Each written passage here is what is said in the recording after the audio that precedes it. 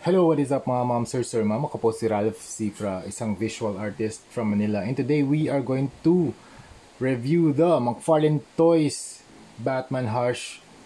Ilang inch ba ito? Statue. Statue siya, walang articulation. So, measure natin. Hindi siya 12 inch na statue eh. Hindi siya 1/6 scale. Kasi 1/6 scale dapat 12 inches tall. So, ito nasa 10.25 inches lang. So, it's a 10.25 inch na statue. Yan. And this is an official product of McFarlane Toys. Grabe, sobrang excited ako i-customize to. Ang gagamitin natin primer dito, ito. Bosny Flat Black. And mas malaki pa siya sa primer. Pero, before that, i-review na muna natin yung item before we customize. Okay, start tayo sa accessories. Ang only accessories na nandito ay actually meron dalawa. Yung card na nasa box and yung base. Yung base napakalaki. Teka, tanggalin ko muna si Batman. Si Batman Hush meron siyang peg sa ilalim ng paa para pwede niyo siya idikit dito. Para kapag gusto niyo i-display, pwede siyang tumayo rito. So, ang diameter ng base niya ay around 7 inches. Sobrang laki. Sarap nitong lagyan ng ng artwork or sarap nito i-customize. So, dito tayo pumunta sa statue. Zoom in lang natin, setup. So, meron tayong tatlo na Batman Hush na statues. Maraming salamat Hypebeast kasi sa kanila ako naka-order nito. And maganda naman yung mga products, very professional yung from the pre-order until the delivery, very professional. Ship ka agad kapag available. Ayun. Okay naman din yung box, walang problema. Meron ding mga box protectors and meron din brown box. So dito ang articulation niya lang isa lang. Ito sa ulo. Sabi ko nga kanina, bakit merong ano to? Ano yun? Parang meron dumi dito sa Yan, chine-check ko lang for any dust kasi parang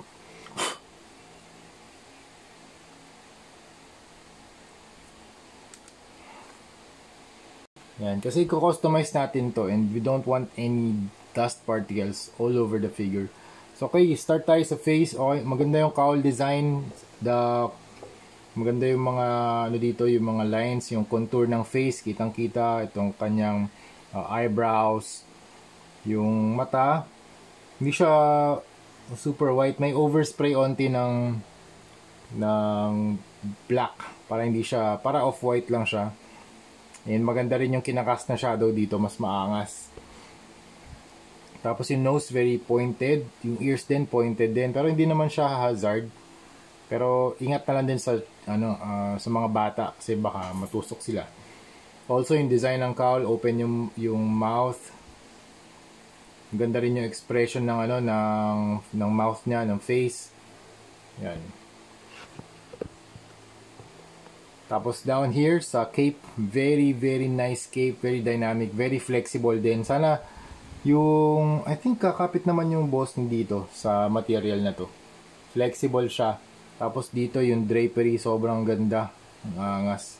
Ang angas ng pagka-sculpt. Yun nga lang dito, ingat lang kayo dito Sa clamshell kasi, teka zoom out ko Sa clamshell kasi yan, nasisira. Ayan nasisira itong part na to. Pero sa iba naman, okay naman, wala naman siyang, actually meron din may rub lang. Kasi pag tinanggal sa ito yung tumatama dun sa sharp edge ng clamshell kasi. Ayan Yan yung ganyan. Tapos, ito yung body. Ito yung hard plastic. Ito yung flexible na plastic. Itong cape niya. Pero I think kakapit naman yung dito, yung Bosny na primer. Tapos sa logo, ganda ng logo. It's a classic Batman logo na color black. Tapos dito sa suit niya, it's color gray. Tapos may mga scratches, may mga battle damage siya.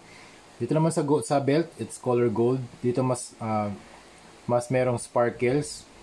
Dito naman sa pouches, mas matte yung finish. Okay. Tapos dito naman sa kanyang Yan. Dito naman sa kanyang brief, it's color blue. Tapos dito may mga drapes din. Ang ganda. Sobrang solid. Ang ganda rin ng pagka-sculpt dito nung muscle groups niya. Ano? You have the chest, stomach. Yung pagkaka-design dito, yung hinahawakan niya yung cape niya. It's super cool. Tapos, naka-forward. Maganda yung pose niya actually. Super nice. Ang forma, ang astig. Pinakagusto ko yung forma ng cape niya eh. Kasi parang sobrang dynamic talaga, parang hinangin. So parang may movement yung cape niya. Tsaka habang naglalakad siya, maganda rin yung effect na parang hinahangin yung cape. Zoom out konti yan. Tapos dito sa legs, yan yung may mga battle damage din, may mga weathering. Maganda to pag dry brush kasi lalabas yung mga texture niyan. Tapos you have the boots, it's color blue. Yan. May texture din yung boots na iba dito sa parang siyang leather. Parang leather yung texture na dito. Dito, parang mas cross-hatch yung suit, yung texture na ginamit. Dito mas leather yung texture na ginamit. Ito. Yan. Tapos dito, glossy. Glossy siya. Yan. Ang ganda nito. Sobrang angas itong cape na to kasi pag na-customize natin to tapos na-apply natin yung mga highlights, mas lilitaw pa yung niya, yung mas madadagdagan pa ng contrast. Yan, mas lilitaw yung detail nung sculpt na to. Okay, pero as is, sobrang angas na figure to. Magkano nga ba to? Nakalimutan ko na yung SRP nito, pero for that price, sulit na sa gantong klaseng Batman na statue. I think this is a perfect canvas for customization kasi the sculpt is very nice, the height is very nice, yun nga lang, wala siyang articulation it's a statue. So I think yung mga hard to reach areas na yan, medyo mahirapan tayo ng onte kasi nga wala naman siya articulation. So iba to dun sa mga figures na may articulation kasi nga kapag may articulation yung figure na pinipintahan natin, madali siyang i-disassemble. Dito hindi natin to madi-disassemble kasi yun nga, statue siya, so nakaglue lahat yan. Wala tayong magagalaw ng mga parts. Maganda naman dito kapag statue, talagang minimal to zero yung chance of paint rub kasi actually, minimal na lang. Hindi naman to zero. Minimal lang kasi wala siyang articulation. Hindi ka na magagalaw ng mga parts. Ito lang gagalaw mo. Yung head lang. Ito kasi articulated yan. So, you have 3. And ang iniisip kong color combination doon sa una, yung blue and gray pa rin. Pero mas yung comic book version na execution. Parang yung ginawa natin last time doon sa kinostomize ko din dati. Actually, sold na yun for kano ba yun? $250.